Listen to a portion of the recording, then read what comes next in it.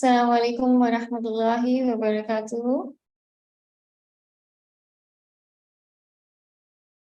आज हम बहुत ही इंटरेस्टिंग टॉपिक पे बात करने लगे हैं। उसका नाम है how women can make good decisions. मैं वर्कशॉप का जो स्टार्ट है उससे पहले मैं आपको को अपना छोटा सा इंट्रोडक्शन देना चाहती हूँ। मेरा नाम जो है वो है जोया आसिफ और मैं एक होम मेकर हूँ और इसके अलावा मैं जो लाइफ कोच हूँ जो कि अभी मुमकिन के साथ एसोसिएटेड है। और मैं कोई तकरीबन 30 साल से सऊदी अरेबिया रियाद में मुकीम हूँ अपनी फैमिली के साथ। Let's move forward.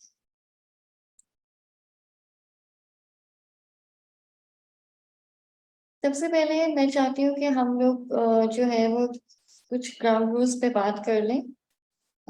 मैं चाहती हूँ कि आप लोग जो है वो इस वर्कशॉप में एक्टिवली पार्टिसिपेट करें। ठीक है।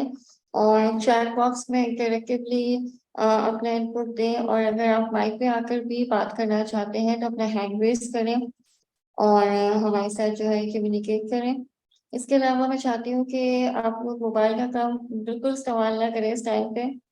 और जो जो लोग पहले से हमारे साथ वर्कशॉप्स ले रहे हैं हम लोग बहुत डिस्करेज करते हैं मल्टीटास्किंग को। इस टाइम पे आप जो है एक नोटबुक और पेन के साथ जो भी आपको इसमें से इस वर्कशॉप में से बेनिफिशियल और यूजफुल इंफॉर्मेशन मिल रही है उसको नोट डाउन करें और फिर उसको आपने लाजमी शेयर करना है अपनी फैमिली एंड फ्रेंड्स के साथ। चले हम आगे बढ़ते हैं।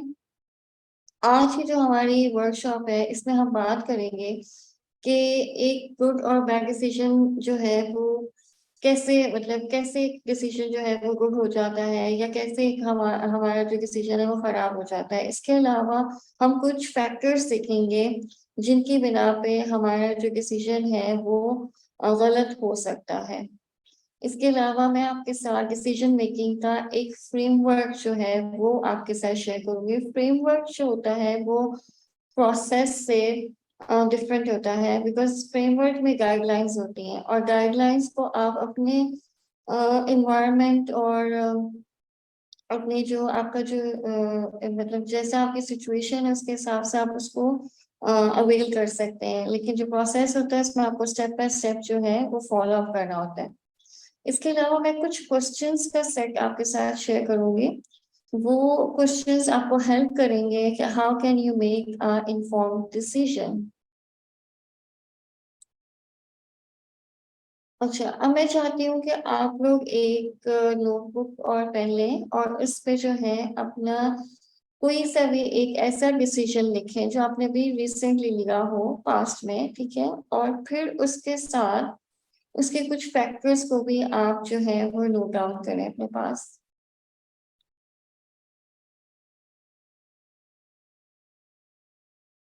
I would like you to take a few moments to write down कि आप लोगों ने अभी रिसेंटली कोई भी ऐसा डिसीजन लिया हो और वो उसके साथ उसके फैक्टर्स भी लिखें जिसकी वजह से आपने वो डिसीजन ले लिया हो।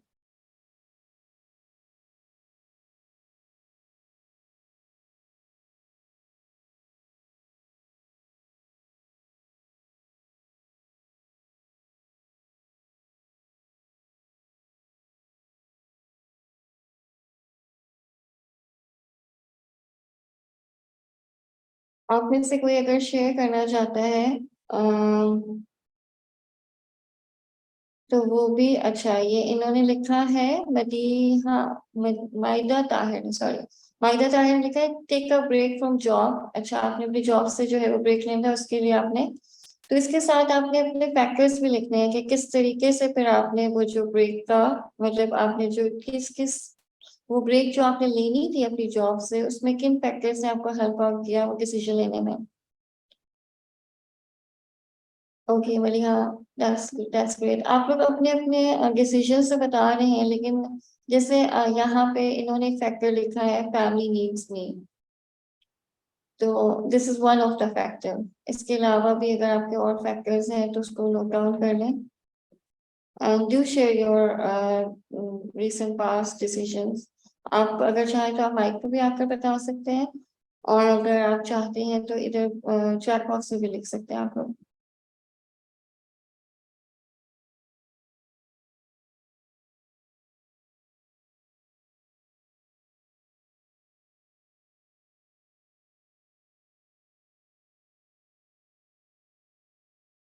परचेजिंग, अच्छा फाइजा ने लिखा है purchasing another bookshelf might affect your economics, space and need. Okay.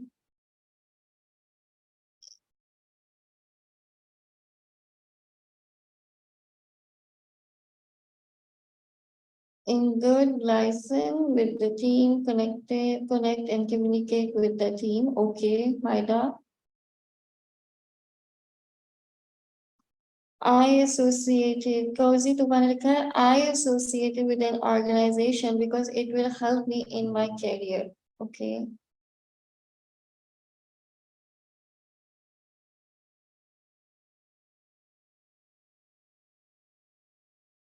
Thank you so much आप सबके इनपुट्स के लिए। Let's move forward. अब हम ये देखते हैं कि बेसिकली गुड डिसीजन जो है वो लेते हुए हमें किन चीजों को मद्देनजर रखना है। मिसाल के तौर पे सबसे पहले हम ये देखते हैं कि अगर हमने एक हाई क्वालिटी का डिसीजन लेना है तो उसके लिए हमें अपने डिसीजन मेक करते हुए क्या क्या रिस्क जो है वो हमें देखने पड़ेंगे, क्या क्या हमें जो है उसके साथ उसके अदर फैक्टर्स की तरफ हमें जो है वो ध्यान रखना होगा। मिसाल के तौर पे उसके बारे में जो हम डिसीजन लेने लगे हैं वो कितना, कि उसके बारे में हमारे पास कितनी अच्छी इंफॉर्मेशन है या कितना हम उसके बारे में बुरा भी जानते हैं। इसके अलावा हम ये देखें कि जो जिस बिना पे मैं जिन रीजंस की बिना पे मैं डिसीजन ले रही हूँ उसकी जो इंफॉर्मेशन है वो कितनी कितनी मेरे अपनी तरफ से कितनी बायसनेस आ रही है उसमें। ठीक है, यहाँ पे मैं आपके सामने एक सिनेरियो रखना चाहूंगी जो कि एक one of my coaching clients ने उन्होंने हमें बताया कि जब उन्होंने अपनी डिलीवरी के लिए जब हॉस्पिटल चूज करना था तो उन्होंने क्या किया कि उन्होंने सिर्फ ये दो चीजें देखी कि वो मेरे घर के करीब हो और बजट फ्रेंडली हो। तो इसके अलावा उन्होंने इसकी और इंफॉर्मेशन पे काम नहीं किया और वो इसी पे ही बायस थी कि हाँ it's very near to my house and secondly it's budget friendly. तो फिर हुआ ये कि जब उनका केस हुआ वहां पे तो वो नॉर्मल डिलीवरी से उनका केस जो है वो ऑपरेशन की तरफ चला गया और सी सेक्शन हुआ उनका और it was a traumatic incident in her life. And वहाँ का जो एडमिनिस्ट्रेशन थी वो भी बहुत पुअर थी और डॉक्टर की जो कॉपरेशन थी वो भी बहुत बुरी थी इन दिस होल जर्नी। तो फिर उन्होंने ये बताया कि मुझे जब मैंने मतलब इंटरनेट पे जाके दोबारा उस हॉस्पिटल के बारे में कंप्लेन्स और ये सब कुछ करने की कोशिश की और मैं डिफरेंट प्लेटफॉर्म्स पे गई तो मैंने देखा कि इतने सारे लोगों के वहां पे कमेंट्स थे जिन्होंने ये कहा हुआ था कि उनके साथ भी सेम मेरा वाला सिनेरियो हुआ है। और जब मैं ये हॉस्पिटल चूज कर रही थी अपने लिए तब मुझे कोई ऐसा बैड कमेंट नजर ही नहीं आया था। सो this is one of the biases inherent कि आपको जब कोई डिसीजन लेना होता है, जब आपने वही काम करना है जो आप चाहते हैं, तो फिर आपको दूसरे रीजन नजर नहीं आते कि आप उस डिसीजन को ना लें। और इसके अलावा जब आप डिसीजन लेने लगे ना तो आपको ये देखना चाहिए कि मुझे इसके बारे में और क्या क्या कुछ नहीं पता है। जैसे इसी सिनेरियो में इन खातून को ये नहीं पता था कि इस हॉस्पिटल में कितना रेशो है ऑफ नॉर्मल डिलीवरीज का और कितना रेशो है ऑफ और सी सेक्शन का। तो अगर उनको ये चीजें पता होती तो वो शायद उस वक्त ज्यादा बेहतर डिसीजन ले पाती और ज्यादा अपने आप को रिस्क से बचा लेती। और जितनी मतलब हम जब भी किसी भी डिसीजन को लेने लगे तो हमेशा उसको कैटेगराइज कर लें कि this is the good information और ये इसकी बैड इंफॉर्मेशन है। If there are lots of more good things तो फिर हम उसकी तरफ अपने आप को झुका लें और वही जो है डिसीजन लें। इसके साथ ही हम आगे चलते हैं। हम ये देखते हैं कि जब डिसीजन हम लेने लगते हैं तो डिसीजन लेते हुए कुछ ऐसे हमारे जो है विलेंस होते हैं, यानी कि जैसे कि एक Mahida Tahir offer to do रकात नमाज हजत। Okay okay Mahida, thank you for your input. अच्छा, तो हम ये देखते हैं कि जैसे एक मूवी में हीरो होता है इसी तरह एक विलन भी होता है, तो इसी तरह हमारे डिसीजन मेकिंग में भी कुछ ऐसे फैक्टर्स होते हैं जिसकी वजह से हमारा डिसीजन जो है वो सही नहीं हो सकता, या उसमें जो है वो अनइन्फॉर्म्ड होगा या नॉट वेल प्लान्ड होगा। तो इसमें हम ये देखते हैं कि अक्सर हमने देखा होगा, अक्सर जो हमारी सेरेमनीज होती है, वेडिंग सेरेमनीज, जिसमें हम देखते हैं कि जब ब्राइड जो है वो हॉल के अंदर एंटर होती है, तो क्या कहते हैं, पूरा हॉल का जो लाइट्स होती है उनको बंद कर दिया जाता है, और एक स्पॉटलाइट के थ्रू वो जो खातून है या जो दुल्हन है वो अपने स्टेज तक, वहां तक पहुंचती है। तो जब तक उनके ऊपर स्पॉटलाइट होती है, इसके अलावा हमें कुछ और हॉल में नजर नहीं आ रहा होता। तो इसी तरह डिसीजन मेकिंग के वक्त भी हमारे साथ ये देखा होता है कि हम क्या करते हैं कि हम जब डिसीजन ले रहे होते हैं तो हम सिर्फ उसी की तरफ फोकस्ड होते हैं। मिसाल के तौर पे एक खातून ने अपनी बच्चों को स्कूल में एडमिशन कराना था, ठीक है। तो उन्होंने सिर्फ ये देखा कि मेरी सारी फ्रेंड्स, मेरे सारे जो मेरा सर्कल है, मेरे नेबर्स हैं, उन सबके बच्चे इस स्कूल में जा रहे हैं, तो आई शुड बी लाइक, मुझे भी अपने बच्चों को यहाँ भेजना चाहिए। हालांकि अगर वो, मतलब वो देखती है उसकी कम्यूट कितना है, उसके फी चार्जेस कितने हैं, और क्या उधर क्या इन्वायरमेंट उनके बच्चों के लिए सही है या नहीं है, लेकिन उन्होंने सिर्फ इस चीज पे फोकस किया कि नहीं, सब चाह रहे हैं तो मेरे बच्चों के लिए भी यही स्कूल जो है वो बेस्ट ऑप्शन है। इसी तरह हम देखते हैं कि आप कई दफा जब हम स्कॉलरली, ये ज्यादातर बायसनेस, कंफर्मेशन बायसनेस ज्यादातर जो है वो हमारे इल्मी तबके में होती है। हम देखते हैं कि लोग जो हैं वो दूसरे फिक के अगर कोई नॉलेज उनके सामने मतलब प्रेजेंट किया जाए तो वो उसको डिनायल पे ले जाते हैं। वो ये कहते हैं कि हम तो सिर्फ अपनी ही, जो जो हमारे मतलब बड़ों ने कहा है, जो पहले से होता आ रहा है वही होगा, वही डिसीजन हम लेंगे। तो इसी तरह हम ये देखते हैं कि हमारे आमर्रा जिंदगी में भी ऐसे होता है कि हम मतलब ये रेफरेंस देते हैं, मेरे अब्बू ने ऐसे किया था तो हम भी ऐसे ही करेंगे, हम भी यही फैसला लेंगे, या मेरी अम्मी ऐसे करती थी तो मैं अपनी अम्मी की तरह का ही फैसला करूंगी। तो ये कंफर्मेशन बायसनेस आ जाती है कि आप डिसीजन लेते हुए सिर्फ कुछ चीजों पे आपका झुकाव आ जाता है। इसके अलावा शॉर्ट टर्म इमोशंस में हम ये देखते हैं, ये तो हमारे रोजमर्रा के आप देखेंगे कि हम कुछ डिसीजंस इतने क्विकली और इतने मतलब आप कह सकते हैं कि इतने जज्बाती लेते हैं कि हम कई बातें सोचते थे कि मैंने क्यों किया भाई।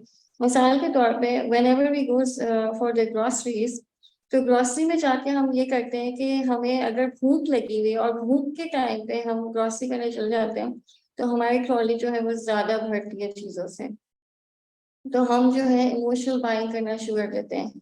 तो शॉर्ट टर्म इमोशंस को साइड पे रख के अपने डिसीजन को लेना जो है वो बहुत जरूरी है। इसी तरह हम ये भी देखते हैं कि कुछ कुछ डिसीजन हमारे तब भी खराब होते हैं, या कुछ डिसीजन हमारे तब भी अच्छे प्लान आउट नहीं होते हैं जब हम लोग ओवर कॉन्फिडेंट होते हैं। ओवर कॉन्फिडेंस की आप बहुत ही सिंपल सी एक एग्जांपल हम खवातीन के साथ बहुत ये होता है कि हम दूध उबलने जब चूल्हे पे रखते हैं, ये हमारा ओवर कॉन्फिडेंस ही होता है कि उसी दिन ही, जिस दिन हमने सोचा होता है कि नहीं अभी नहीं उबलेगा, उसी दिन ही उबल के वो दूध जलता है।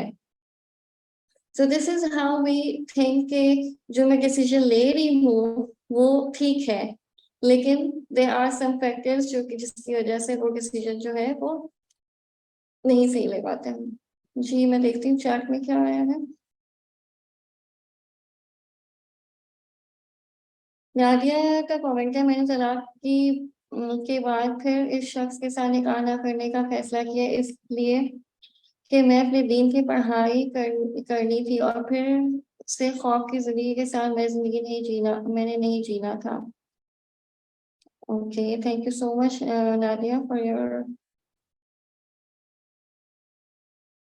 अच्छा देखिए, हम सब चाहते हैं कि हमारा डिसीजन सही हो, ठीक है ना। अब डिसीजन तो हमें लेना है, अब उसको राइट कैसे हम करें, ठीक है, उसकी इम्प्लीमेंटेशन कैसे सही हो सकती है, तो उसके लिए ना हमारे पास एक फ्रेमवर्क है, जो कि जिस फ्रेमवर्क का नाम है रैप। ये एक बुक है डिसाइसिव, जो कि चिप एंड डैन ही, दो दो भाई हैं, इन्होंने मिलकर लिखी है। इसमें एक बड़ा इंटरेस्टिंग सा इन्होंने जो है फ्रेमवर्क शेयर किया है, उसके बारे में हम भी एक्सप्लोर करते हैं। देखिए, डिसीजन मेकिंग में हमें जो चीज़ देखनी है ना, हमें ये देखना है कि हम उसको जल्दी, एक तो जल्दी लें और एक इन्फॉर्म्ड लें, ठीक है? यानी उसमें आपको ये पता हो कि मेरे पास क्या-क्या चॉइसेस हैं और क्या मेरे पास पॉसिबिलिटीज़ हैं। मैं यहाँ पे एक और खातून का सिनेरियो आपके साथ रखूँगी कि उन्होंने जो है वो समर वेकेशंस के लिए, अभी हम यहाँ पे सबकी समर वेकेशंस चल रही हैं। समर वेकेशन के लिए उन्होंने अपने होमलैंड कंट्री नहीं जाना था। तो अब होमलैंड कंट्री आपने नहीं जाना, तो अगर आप जिस जगह पे रह रहे हैं, वहाँ पे रहकर आपके पास अपने प्लेज़र, अपना जो आपकी समर वेकेशन है उसको बेहतर बनाने के लिए आप क्या-क्या ऑप्शंस, क्या-क्या आपके पास चॉइसेस हैं। आप कैस पिकनिक्स जो है वो प्लान आउट कर सकते हैं। आप जो है अपने लिए कोई ऐसा वीकेंड पे कोई ख़ास किस्म की एक्टिविटीज़ रख सकते हैं, जिससे आपकी जो समर वेकेशन है वो उसी जिस मुल्क में आप रह रहे हैं, उसी मुल्क में रहते हुए आप उसको बहुत अच्छे तरीके से एन्जॉय कर सकें। तो आपने जब कोई भी डिसीज़न लिया है कि इस छुट्टियों में मैं ट्रैवल नहीं कर रही हूँ और ट्रैवल के बजाय मैं क्या-क्या और ऑप्शंस इसी मुल्क में रहते हुए अप्लाई कर सकती हूँ, तो उसमें आप ये देखते हैं कि मैं करीब की जगह को एक्सप्लोर कर लेती हूँ, चलो कुछ कोई नई जगह हमारे ही एरिया में खुली है, तो उनको एक्सप्लोर कर लिया। तो इस तरह करके आप अपनी समर वेकेशन को अच्छा प्लान कर सकते हैं। इसी तरह दूसरी चीज़ है, जब आप डिसीज़न लेने लगते हैं तो आपको ये देखना है कि रियलिटी टेस्टिंग कर लें आप उसकी ना एक छोटे लेवल पे, क्योंकि इसलिए डिसीज़न लेना अ, के बाज़ औक़ात बहुत मुश्किल होता है। मैं यहाँ पे एक खातून का आपके साथ सिनेरियो पे करूँगी डिस्कस, जिसमें उन्होंने ये बताया कि वो चाहती थी कि वो अपने हस्बैंड से सेपरेशन लें।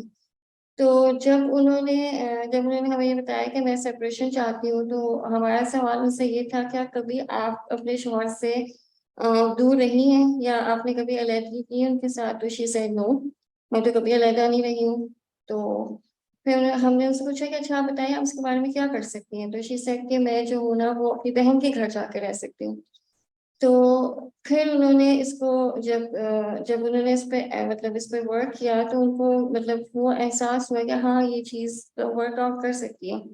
इसी तरह एक शख्स जो थे हमारी फैमिली में, उन्होंने अपने बेटी के लिए हस्बैंड चूज़ करने थे, प्रपोज़ल जो आया हुआ था उसमें। तो उन्होंने क्या किया कि उन्होंने अपने दामाद को, होने वाले दामाद को कहा कि तुम मेरे साथ उम्राह पे चलो। तो उम्राह प्लान किया and that travelling he observed him और वो उनकी रियलिटी जो टेस्टिंग थी, वो माशाल्लाह से बहुत सक्सेसफुल रही और उनको बहुत मतलब काफ़ी अच्छा मतलब वो प्रपोज़ल था और उनकी फिर भी उसी शख्स के साथ बेटी की शादी भी हुई। तो इसी तरह आप कोई भी मतलब डिसीज़न लेने से पहले आप उसको थोड़ा-सा टेस्ट कर लें। अच्छा, अब आप डिसीज़न लेने लगे हैं, तो आपने ये भी देखना है कि कहीं मैं ये डिसीज़न अपने किसी वक़्ती फ़ायदे के लिए तो नहीं ले रहा, या कोई अभी मुझे जो गुस्सा आया हुआ है या अभी जो मेरे अंदर एक रेज भरा हुआ है, कहीं मैं उसकी वज़ह से तो नहीं मतलब ये फ़ैसला ले रहा हूँ। ये जो हमारे घरों में अक्सर जब सेपरेशन की ज़्यादातर हम लोग जब भी सेपरेशन की बात करते हैं, तो कब करते हैं? When we are in a anger. तो उस इमोशन में आप कोई भी उस वक़्त फ़ैसला ना करें। तो उस वक़्त थोड़ा रुकें और अपने आप को प्रिपेयर करें, ठीक है? और चौथा पॉइंट इसमें ये है इस फ्रेमवर्क में कि आप ये देखें कि आप जो डिसीज़न ले रहे हैं उसमें आप गलत भी हो सकते हैं। तो इसमें यहाँ पे मैं एक खातून थी जिन्होंने अपनी मदर का जो है वो बड़ा अच्छा रिफ्लेक्टिव पॉइंट बताया हमें कि जब उनकी मदर ने उनसे कहा कि तुम ये क्यों सोचती हो कि तुम्हारा हर फैसला ही ठीक होगा? मैं तो ऐसे नहीं सोच रही हूँ, मुझे पता है कि मेरे कुछ फैसले गलत भी हो सकते हैं। तो मतलब ये कितनी कितनी ज़बरदस्त बात है कि इंसान इस चीज़ के लिए भी प्रिपेयर है कि हाँ, मुझसे गलत फैसला भी हो सकता है या मेरे पास जो है वो सही इस मसले से रिलेटेड जो भी मेरे पास इन्फॉर्मेशन है वो इनफ ना हो, जिसकी वज़ह से मैं ये जो डिसीज़न लेने जा रही हूँ इसमें कोई ना कोई कमी हो सकती है। अच्छा, अब हम आगे चलते हैं। हम आगे चल के देखते हैं कि कुछ ऐसी मतलब जब सम साइड थॉट्स ये हैं हमारी कि जब हम कोई डिसीजन लेने लगते हैं तो उसकी इम्प्लीमेंटेशन में जो हमें मुश्किलात का सामना करना पड़ता है वो वो ही टाइम होता है कि हम उस वक़्त सही तरीके से उसको अप्लाई कर सकें। मिसाल के तौर पे अगर हम ये देखते हैं यहाँ पे जो समुंदर वाली जो पिक्चर लगाई गई है इसके पीछे एक बहुत बड़ी विज़डम ये है कि जब कोई शख्स पानी के अंदर जो है वो जाता है और वो डूबने लगता है, तो ज़्यादातर लोगों के डूबने की वजह ये होती है कि वो ये जो पानी की लहर है, इससे जो है वो अपने आप को मतलब निकलने की कोशिश करते हैं और अपने जिस्म को बहुत ज़्यादा एग्ज़ॉस्ट कर लेते हैं। तो जब वो अपने आप को एग्ज़ॉस्ट कर लेते हैं तो इसकी वजह उनकी डेथ की बनती है। अल्लाह ताला हम सबको महफूज़ रखे ऐसे मुश्किल घड़ी से। तो करना क्या है कि अगर किसी ने अपने आप को इस वक़्त इस एग्ज़ॉस्शन से बचाना है तो उसको अपने लिए दूसरी लहर आने का वेट करना है, ठीक है? और दूसरी लहर के थ्रू वो जो है बाहर की तरफ उसको सी निकाल देगा। तो इसी तरह हम भी जब कोई भी डिसीज़न लेने लगते हैं, तो हम ये देखें कि जब मैं इस डिसीज़न को इम्प्लीमेंट करने लगी हूँ, तो उसके जो फैक्टर्स हैं, वो कहीं मुझे मतलब वो मैं सही तरीके से उनको अप्लाई कर पा रही हूँ या मैं उनको जो जिस तरीके से मैंने उसको अपनी ज़िंदगी में लेकर आना है, जिस तरीके से मैंने उसको अप्लाई करना है, क्या वो मेरा तरीका ठीक है? जैसे वेकेशंस के लिए जिनका सिनेरियो मैंने बताया कि उन्होंने वेकेशंस के लिए अपने होमलैंड कंट्री नहीं जाना था, ठीक है? उन्होंने एक डिसीजन ले लिया। अब उन्होंने अपनी फैमिली को भी इन्फॉर्म करना है जो जो उस होमलैंड कंट्री में उनका वेट कर रही है, वेकेशंस पे आने के लिए। अब उनको वो कैसे इन्फॉर्म कर रहे हैं? दैट मैटर्स अ लॉट कि आप उस वक़्त उसकी इम्प्लीमेंटेशन में आप उनको किस तरह इन्फॉर्म करेंगे कि अभी वहाँ गर्मी बहुत ज़्यादा है, हम इंशाल्लाह विंटर्स में आपको विज़िट करेंगे। तो this is the whole way कि आपने डिसीज़न तो ले लिया, अब उसकी इम्प्लीमेंटेशन में आप क्या-क्या जो है वो स्टेप्स ले रहे हैं और क्या-क्या उसको कैसे आप उसको अप्लाई कर रहे हैं।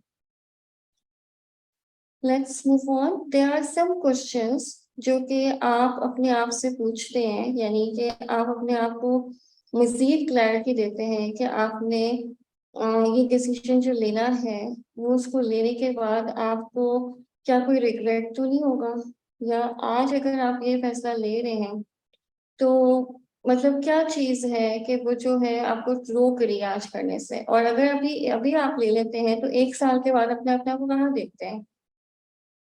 इसी तरह जब हम कोई डिसीज़न ले रहे होते हैं, तो हम ये देखें कि मतलब हमारे ज़हन में कोई ना कोई ऐसे पास्ट के कुछ आप कह सकते हैं कुछ ऐसे वाक़यात होते हैं या कुछ ऐसे लोग होते हैं जो हमें हमारे डिसीज़न की तरफ लेके जा रहे होते हैं। मेंटल बोर्ड एडवाइज़र्स से हम इस तरह से मतलब इसको हम ये देखेंगे कि अक्सर ऐसा होता है हमारा कोई ना कोई ऐसा एक्सपीरियंस होता है। जिसकी जिसकी वजह से हम डिसीज़न ले रहे होते हैं, ठीक है? वो शख्स ये भी हो सकता है कि वो शख्स इस दुनिया में ना हो। जैसे मिसाल के तौर पे कुछ लोग कहते हैं मेरे ग्रैंडफ़ादर ऐसे करते थे। जैसे एक खातून थी जिन्होंने मतलब ये चीज़ बहुत ज़्यादा उनके ज़हन में होती थी, जब भी वो अपने हस्बैंड से कम्युनिकेट करती थी, वो ये कहती थी कि मैं आपको बार-बार इसलिए डिस्करेज करती हूँ किसी के साथ भी बिज़नेस करने से कि मुझे पता है, मैंने अपने फादर को बहुत दफ़ा देखा है कि व्हेनेवर ही मतलब जब भी बिज़नेस स्टार्ट करते थे तो ही मतलब उनका बहुत बुरे तरीके से उनका बिज़नेस जो है वो लॉस में चला जाता था। तो ये मतलब कुछ ऐसे आपके ज़हन के अंदर कुछ ऐसे एक्सपीरियंसेस होते हैं जिसकी वज़ह से आप अपने नेक्स्ट एक्सपीरियंस को मतलब नेक्स्ट डिसीज़न को बेहतर बनाना चाहते हैं। फिर आप ये देखिए कि अगर मैं अभी जो हूँ, कुछ भी नहीं करूँगी उस डिसीज़न को जिसको मैं लेना चाहती हूँ, उसका रिस्क क्या होगा? उधर भी हम ये देखते हैं कि एक खातून थी जो हमसे कोचिंग ली थी, शी वाज़ क्वाइट ओवरवेट। तो उनको जब ये कहा गया मतलब उनसे जब 2-3 मतलब महीने के बाद दोबारा से उनको जब पूछा गया कि कहाँ पे आपका वेट अब है, तो वो वहीं थी जहाँ से हमने स्टार्ट किया था। तो जब उनसे पूछा गया कि अगर आप मजीद 3 महीने या 4 महीने तक नहीं अपने वेट पे काम करती हैं तो आप क्या क्या रिस्क अपनी जिंदगी में देखती हैं। तो फिर उन्होंने ये कहा कि मतलब मुझे जाहिर है मुझे तो अपने हेल्थ पे काम करना है, मैं डायबिटिक हूँ, मैं हाई ब्लड प्रेशर की मरीज हूँ, तो मेरी हेल्थ तो और वर्स होती जाएगी अगर मैं अपने वेट पे काम नहीं करूंगी। तो इसी तरह फिर मतलब उन्होंने जो है इस चीज को रियलाइज किया एंड शी मूव ऑन अल्हम्दुलिल्लाह। इसी तरह फिर हम ये देखें कि अगर तो मतलब मैं अपने डेथ बेड पे हूँ और अगर मैंने अपने ऊपर मतलब अपने इस डिसीजन को नहीं लिया होता तो मैं किस चीज़ पे रिग्रेट करती।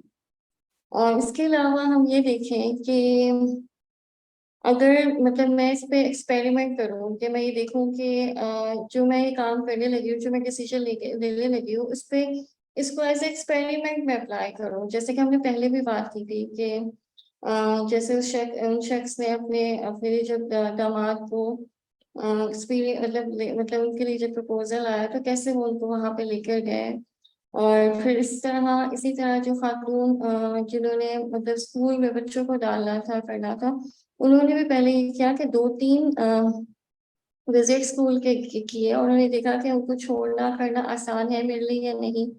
क्या ये स्कूल जो मैं चूज कर रही हूँ, क्या ये मुझे एग्जॉस्ट तो नहीं कर देगा, क्या ये मेरी एनर्जी तो नहीं ड्रेन करेगा। तो इज इट लाइक और फिर ये देखें कि आपके अगर अगर मैं ये नहीं करती हूँ अपनी जिंदगी में, अगर मैं डिसीजन नहीं लेती हूँ तो मेरे मेरे मेरी जिंदगी में क्या इसका असर होगा। इसी के साथ हम आगे की तरफ बढ़ते हैं। ये किम फेरिस फियर सेटिंग की एक जो है क्वेश्चन ऑफ सेट है। ये एक इन्फ्लुएंसर है यूट्यूब पे, अली अब्दाल।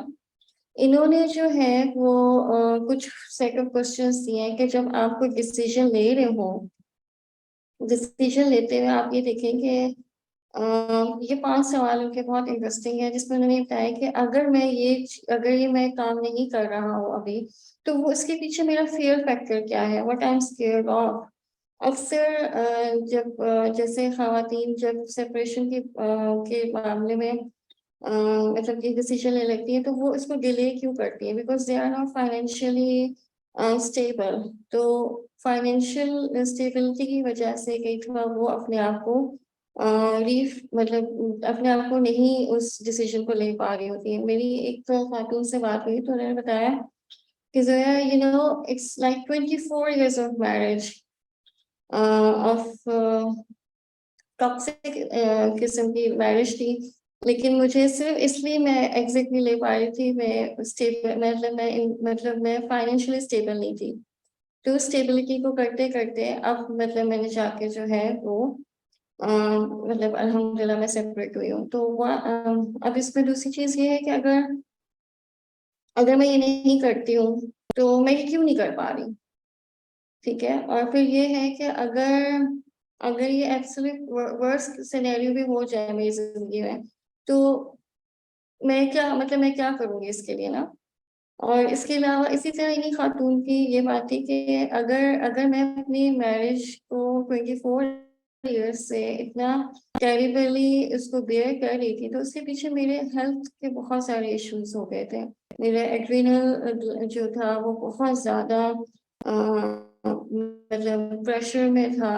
और इसके अलावा जो मेरा यूट्रस प्रोलैप्स कर गया था ड्यू टू दैट मैरिज। तो आप अपने आप को ये देखें कि अगर मैंने ये डिसीजन नहीं लेती हूँ तो मैं अपना वर्स्ट सिनेरियो क्या होगा, मैं उसको कैसे डील करूंगी। फिर इसके अलावा एक और ये चीज है कि अगर मैं सेपरेशन नहीं चाहती हूँ और इसी इसी डिसीजन को मैं रिवर्स करना चाहती हूँ तो वो रिवर्स कैसा होगा और मैं उसको कैसे लूंगी। तो ये जब सवाल हम अपने आप से करते हैं तो इससे हमें हेल्प मिलती है अपने डिसीजन को बहुत बेहतर तरीके से अ, उसको लेने में। अब मैं आप लोगों से ये चाहूंगी कि आप लोगों ने जो इस वर्कशॉप के बिल्कुल स्टार्ट में मैंने आपसे कहा था कि आप अपने पास नोट डाउन करें कि जो आपका डिसीजन था, जो आपने डिसीजन लिया था उसके साथ उसके जो फैक्टर्स थे। अब जो अभी तक आपने वर्कशॉप सुनी है उसमें अब आपने न्यू फैक्टर्स क्या अपने लिए ऐड किए हैं for your decision making process. आपकी जो न्यू लर्निंग हुई है उसमें उसकी वजह से अब आपके न्यू फैक्टर्स क्या जनरेट हुए हैं for that particular decision you wrote in your copy.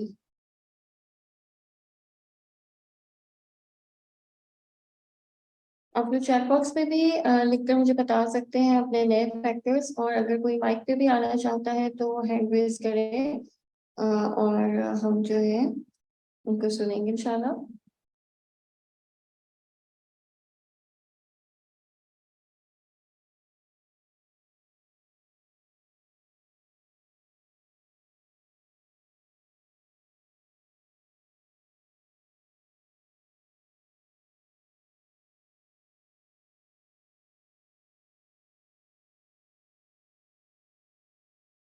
What are the new factors? Okay, Pfizer का ने शेयर किए हैं अपने factors, doing broader research for making an informed decision. Okay, just hold on.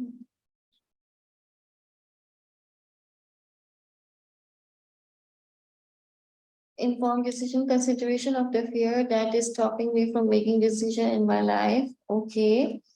Maliha, I decided to quit teaching. Okay, huh. I will serve as a housewife, will start teaching at home. Okay. एक साल के बाद भी मैं कहाँ पर होंगी? Okay.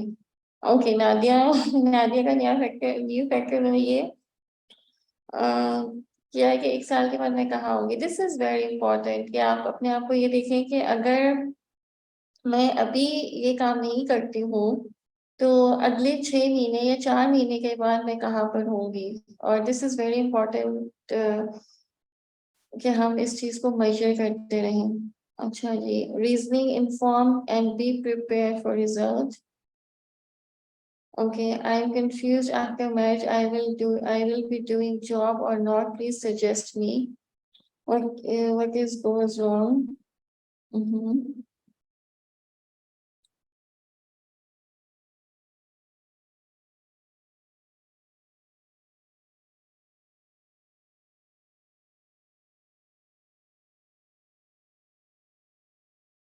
देखिए, अभी तक तो जो हमने बात की है कि हम डिसीजन कैसे बेहतर ले सकते हैं और हम कैसे अपने डिसीजन को इन्फॉर्म बना सकते हैं, हम कैसे उसको थोड़ा उसकी स्पीड को ज्यादा कर सकते हैं। जैसे अक्सर डिसीजन मेकिंग में ये होता है कि हमें टाइम लगता है डिसीजन लेने में। हम कुछ जगहों पे जो है ना वो अपने आप को ऐसे महसूस करते हैं कि हम यहाँ रुक गए, मुझे समझ नहीं आ रहा। जैसे जैसे शिरीन के भी इस कमेंट से हमें पता चल रहा है, she said I am confused. So यही यही बात है कि अभी आप लोगों ने इस स्किल को सीखना है। जब आपने इसको सीखना है तो इसके लिए आपको चाहिए है एक कोच जो आपको इस सफर में आपकी हेल्प करेगा और आपको ये स्किल सीखने में आपका साथ देगा। मैं आपके साथ एक जो है सेल्फ डिस्कवरी फॉर्म जो है वो शेयर करूंगी after this meeting on my WhatsApp group. आप काइंडली उसको फिल कीजिएगा और मुझे भेजिएगा मेरे ईमेल पे, मेरे पे व्हाट्सएप के नंबर पे आप मुझे भेज दें और आप मुझसे बात कीजिए। मैं 20 मिनट्स का फ्री सेशन दूंगी आपको, और आपको ये पता चलेगा कि आप अभी कहाँ हैं और अपने आप को कहाँ देखना चाहते हैं। So, inshallah, this will make a difference in your life. और मैं और कमेंट्स करती हूँ, it will be fun, I will get exposure to new things in learning in my decision. Okay, cozy duba. Mhm. I will always ask for Allah subhanahu wa ta'ala to make it beneficial. Yeah, as a, as a Muslim, we all हम सब यही चाहते हैं कि हमारे बहुत अच्छे decisions हो और अल्लाह ताला हमें जो है उसमें आसानी दे। अच्छा, तो मैं आपके साथ अपना ईमेल एड्रेस और नंबर भी शेयर कर रही हूँ। मैं आप लोग thank you so much for joining in, और आप लोगों की जो एक्टिव पार्टिसिपेशन थी उसकी वजह से ये जो वर्कशॉप थी बहुत ही अच्छी हमारी गई अल्हम्दुलिल्लाह। अब मैं आपसे ये चाहती हूँ कि आप लोग जो है व्हाट्सएप का जो ग्रुप है उसको भी नहीं लीव कीजिएगा प्लीज। और इसी उसी में ही हमारी मंथली वर्कशॉप्स आती रहती हैं। और इसके अलावा ये थैंक यू सो मच